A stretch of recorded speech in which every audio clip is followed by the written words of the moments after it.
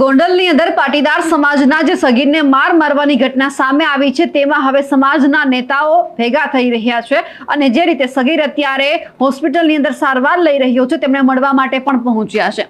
નમસ્કાર, નિર્ભય ન્યૂઝ સાથે હું છું રિદ્ધિ.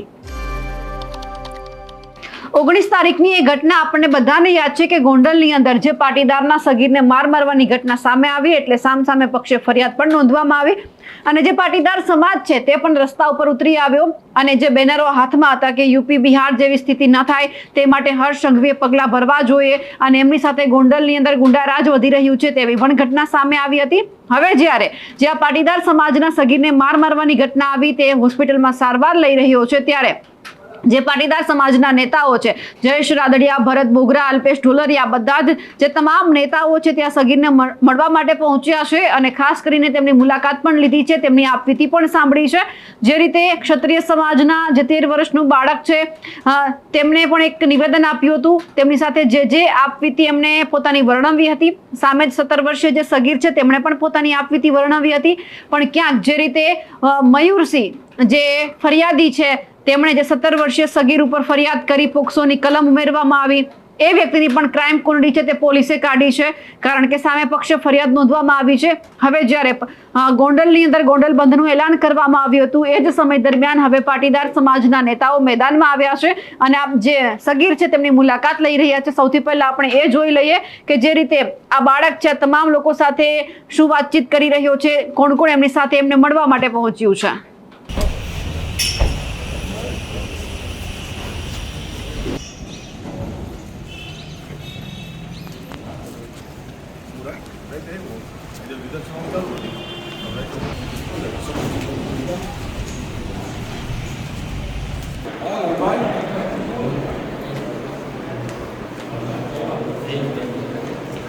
યશભાઈ, આજે જે પાટીદાર યુવાન જે તેમને માર મારવામાં આવે છે, આપ હોસ્પિટલ ખાતે પહોંચ્યા છો, શું છે સમગ્ર મામલો અને શું કહેશો?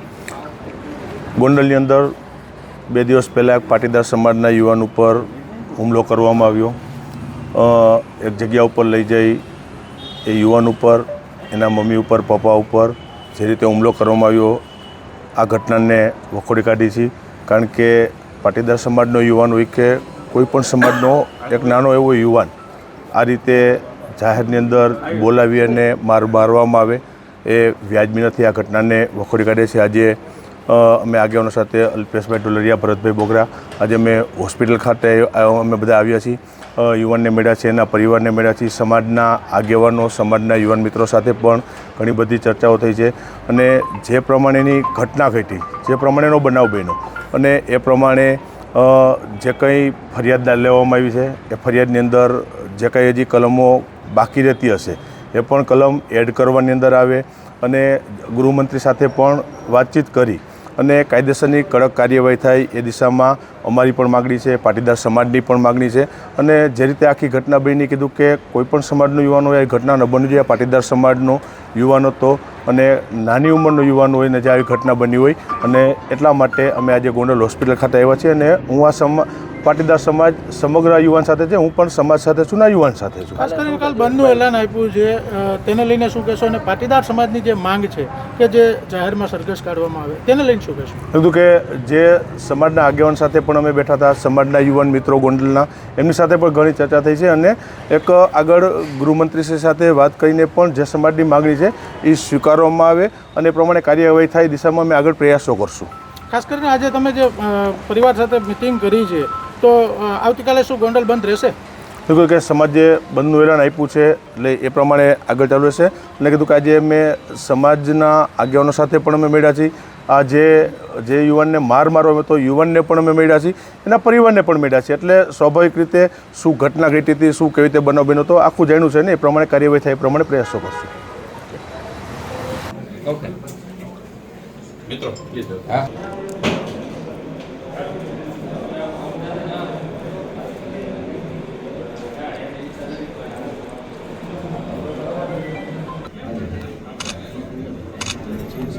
ભાઈ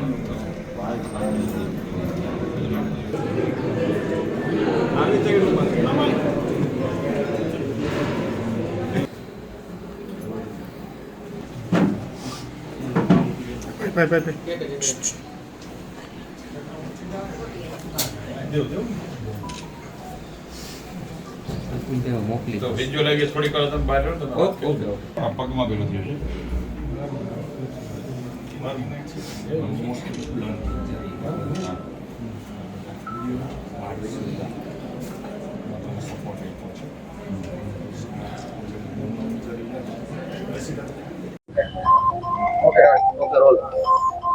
આજે ગોંડલની અંદર 2 દિવસ પૂર્વે પાટીદાર સમાજના એક યુવાન પર જે રીતે હુમલો થયો છે એ ઘટનાની જાણ થતાં આજે હું જયેશભાઈ રાદડિયા, અલ્પેશભાઈ ટોલરિયા અને બધા આગેવાનો હોસ્પિટલે યુવાનના ખબર પૂછવા માટે આવ્યા હતા.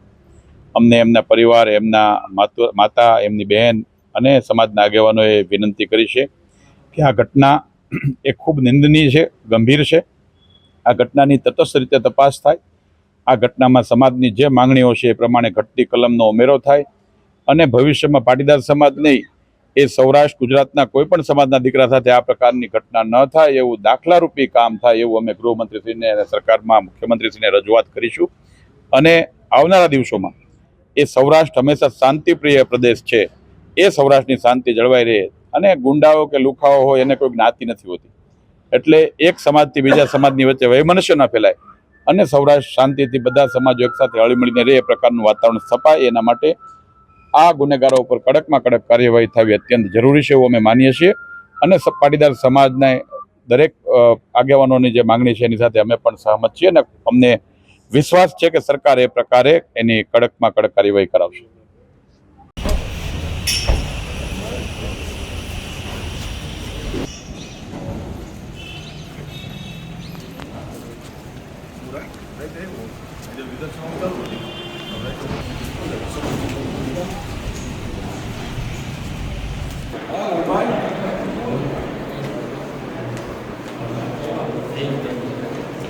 ઓકે મિત્રો હા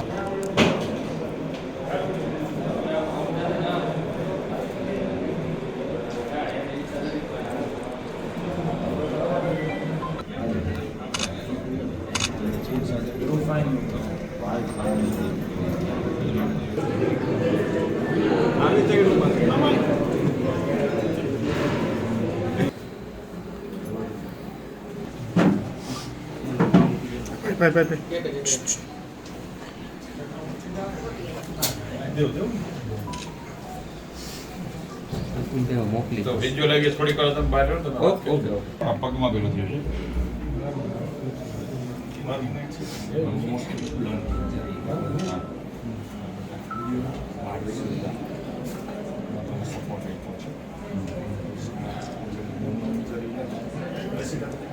ગોંડલની અંદર જે રીતે પાટીદાર સમાજના સગીરને માર મારવાની ઘટના સામે આવતા જ હવે સમાજ પણ ધીમે ધીમે એક થઈ રહ્યો છે. આપણે ઘણી બધી પોસ્ટ પણ જોઈ હતી કે જ્યાં કહેવામાં આવી રહ્યું હતું કે ગોંડલને કોઈક મિર્જાપુર બનાવવાની કોશિશ કરી રહ્યું છે, ગોંડલની અંદર ગુંડારાજ વધી રહ્યું છે, કોનો આમાં હાથ છે, તેવી ઘણી બધી પોસ્ટ વાયરલ થઈ. અને ખાસ કરીને પાટીદાર સમાજના જે સગીર છે તેમને પણ સપોર્ટ કરવાની વાત સામે આવી. અને હવે જ્યારે તમામ નેતાઓ, ભાજપના નેતાઓ કહી શકાય, હવે જ્યારે આ પાટીદારના સગીરની વહારે આવ્યા છે ત્યારે હવે એ જોવાનું છે કે હવે શું થવાનું છે.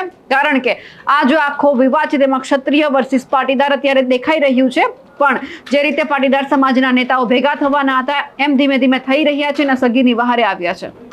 અમારા અહેવાલને લઈને આપનું શું કહેવું છે કમેન્ટ કરીને ચોક્કસથી જણાવજો. સાથે જ અમારી નિર્ભય ન્યૂઝ ચેનલને લાઇક, શેર અને સબસ્ક્રાઇબ કરવાનું ભૂલશો નહીં. નમસ્કાર.